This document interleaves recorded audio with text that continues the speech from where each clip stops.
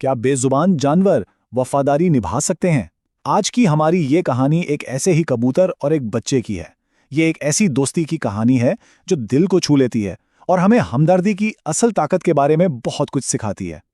तो ये कहानी है एक ऐसे रिश्ते की, एक ऐसी खामोश दोस्ती की जो लफ्जों की मोहताज नहीं थी। ये रिश्ता तो खालिस हमदर्दी और एहसास के धागे से बुना गया था। चलिए देखते हैं कि आखिर ये अनोखा बंधन बना कैसे। तो हमारी कहानी का आगाज होता है एक छोटे से पुरसुकून कस्बे से, जहां एक लड़के और एक कबूतर के दरमियान एक बहुत ही खास खामोश दोस्ती पनप रही थी।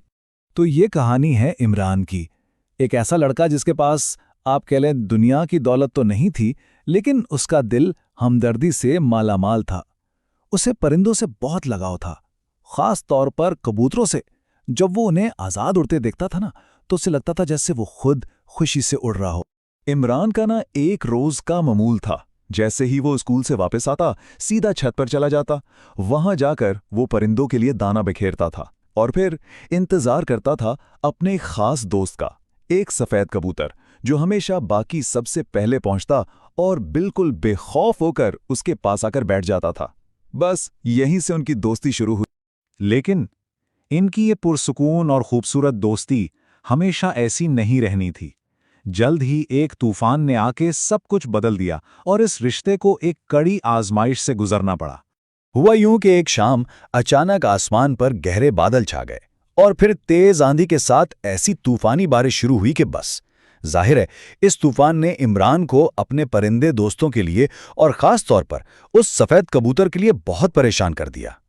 जैसे ही तूफान थमा, इमरान बेचैनी से छत की तरफ भागा, लेकिन वहां जो मंजर था उसे देखकर तो उसका दिल ही डूब गया। उसका प्यारा सफेद दोस्त छत के एक कोने में बेबस पड़ा था। उसका एक पर बुरी तरह जख्मी था और वो उड़ नहीं पा रहा था। इमरान ने एक लम्हा भी जाया नहीं किया। उसने बहुत नरमी से उस कबूतर को उठाया और इसे फौरन अपने घर के अंदर ले आया। वहां उसकी अम्मी ने उसका जख्म साफ किया और पट्टी बांधी। फिर इमरान ने खुद उसके लिए एक महफूज गर्म सी जगह बनाई, एक छोटे से घोंसले की तरह। दिन गुजरते गए और इमरान हर वक्त उस कबूतर की देखभाल में लगा रहता। वो अक्सर उससे कहता, फिक्र ना करो, मैं तुम्हें कभी अकेला नहीं छोड़ूंगा। और ये सिर्फ अल्फाज नहीं थे, आप जानते हैं, ये एक वादा था, एक गहरा वादा जो उनके रिश्ते को पहले से भी ज्यादा मजबूत बना रहा था। और अब कहानी एक ऐसे मोड़ पर आ पहुंचती है जहां इमरान को एक बहुत मुश्किल फैसला करना था। एक ऐसा फैसला जो मोहब्बत और आज़ादी के दरमियान था। आखिरकार इमरान की मोहब्बत और देखभाल रंग लाई। कुछ ही हफ्तों में वो कबूतर बिल्कुल ठीक हो गया। अब वो दोबारा आज़ाद उड़ान भरने के लिए पूरी तरह तैयार था। लेकिन इस सारे वक्त में इन दोनों के दरमियान जो रिश्ता बना था ना, वो पहले से कहीं ज्यादा गहरा हो चुका था। और फिर वो लम्हा आ ही गया जिसका इमरान को शायद डर भी था। उसने भारी दिल के साथ कबूतर को आज़ाद आसमान की तरफ उड़ा दिया, मगर उसके जहन में बस एक ही सवाल घूम रहा था, क्या ये कबूतर वापस आएगा? क्या उसे उनका रिश्ता याद रहेगा?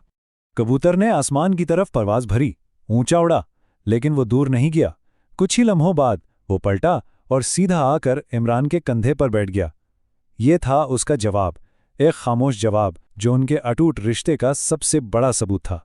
इस दिन के बाद से उनकी दोस्ती का एक नया ही और बहुत ही खूबसूरत मामूल शुरू हो गया। अब रोज का यही मामूल था।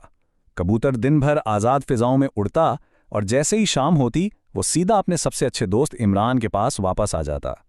देखते ही देखते उनकी दोस्ती की ये कहानी पूरे मोहल्ले में मशहूर हो गई। लेकिन इस वफादारी की एक और आजमाइश अभी बाकी थी। हुआ ये कि एक दिन इमरान बहुत बीमार पड़ गया और कई दिनों तक अपनी छत पर नहीं जा सका, जहां उसका दोस्त रोज उसका इंतजार करता था। इमरान तो नहीं आ सका, लेकिन उसके दोस्त ने हार नहीं मानी। मोहल्ले वालों ने देखा कि वो वफादार कबूतर हर रोज इमरान के घर के बाहर खामोशी से बैठा रहता था। ऐसा लगता था जैसे वो बस अपने दोस्त के ठीक होने का इंतजार कर रहा हो। और फिर जब इमरान ठीक हुआ तो इस कहानी का सबसे गहरा, सबसे हकीकी सबक सामने आया। जिस दिन इमरान ठीक होकर बाहर निकला, उसका वफादार दोस्त खुशी से झूम उठा। वो उसके गिर चक्कर लगाने लगा, अपनी मोहब्बत का इजहार करने लगा। अपने दोस्त की ये बेलोस मोहब्बत देखकर इमरान की आंखों में आंसू आ गए, क्योंकि आज उसे एक बहुत बड़ी सच्चाई का पता चला था। इमरान ने क्या सीखा? इसने ये सीखा कि वफादारी वो किसी जुबान या नस्ल की मोहताज नहीं होती। ये तो एक एहसास है, एक जज्बा है, और बेजुबान जानवर भी इसे इतनी ही शिद्दत से महसूस करते और निभाते हैं जितना कि हम इंसान। तो इस पूरी कहानी का सबसे बड़ा सबक शायद यही है कि जब मासूम अगर आपको मेरी वीडियो पसंद आई है तो प्लीज मेरे चैनल को सब्सक्राइब करें और वीडियो को लाइक करें और दबाने ना भूलें। शुक्रिया।